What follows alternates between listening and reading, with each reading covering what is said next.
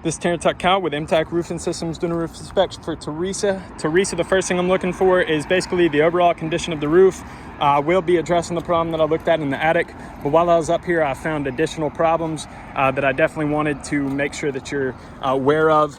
I'll start off with one of the more severe problems that I seen while I was up here, and I started inspecting the ridge shingles, your shingles in general. And the first thing that I noticed is that you have exposed nail heads all the way across your ridge, some right there, some farther down. But you should never be able to see nail heads on your ridge other than the cap that caps off your ridge. And what's happening right here is it's basically just deteriorated, and now these nails are poking through. Since it's going all the way down this line, they're starting to become very loose, and all it's going to take is a few rainstorms, and then it's just going to blow this off, allowing water to be able to get into your ridge. So definitely wanted to address that.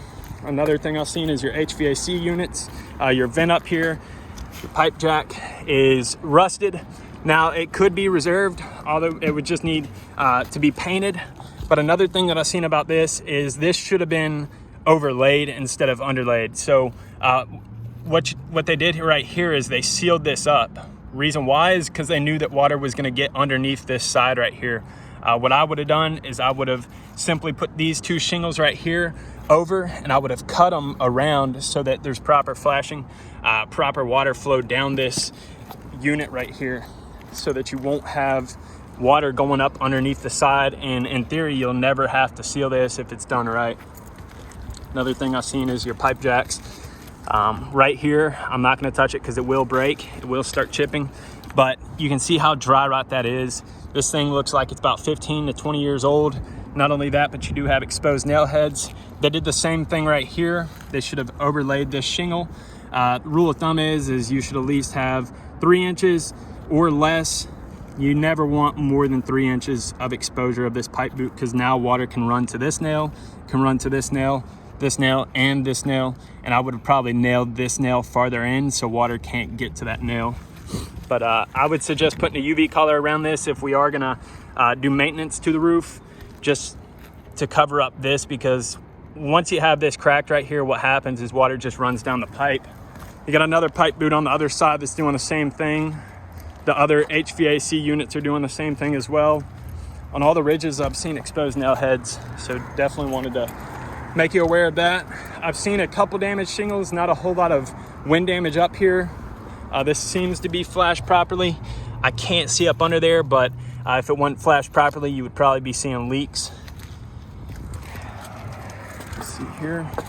Same thing going on with this ridge right here. You're starting to see nails poke through the shingle. Nail pops like that right there. I'm trying to keep this video under 5 minutes, but it may be pretty tough to do. And then these are called nail pops. So this nail is kind of just like crooked in there, and right now it's not going to cause a leak, but once this nail actually backs out and then becomes loose, now you got an exposed hole where if it does rain for 6+ hours, water is going to try to find its way to that hole. A little bit of shingles buckling up here. If I had to guess, this is from a piece of loose decking under there, because if I step on it, it kind of gives. This looks like it was flashed properly. It's got a little bit of kick out on the end. And then these are the buckling shingles that I was talking about. Same thing here. I think that what happened was a piece of decking kind of just lifted up. It came unnailed. And now you're starting to see buckling, which has caused the leak, because now the seams of the shingles, they're lifted up and water's getting in there, allowing the water to get into the roof. More exposed nail heads than the window seal. It does have a little exposure at the bottom. Same thing going on this side right here. The top of the window seal is rotted. Then you got this little exposure right here. Like I said, not a window guy, but would definitely take a look at it for you while I'm up here. And then this is a pretty big problem that I've seen, so HVAC vent. But right here, you got a lot of buckling. And the reason why is because, one, you got an exposed nail head right here. If you look under there, there's another exposed nail head. And then wherever these shingles are lifted up like that, generally that's a nail pop. You got another one right up underneath there that's causing this shingle to push up. With a roof this old, I mean, what I would recommend is, of course, hitting the nail down and then sealing the shingles. That's what's gonna fix the problem with an older shingle.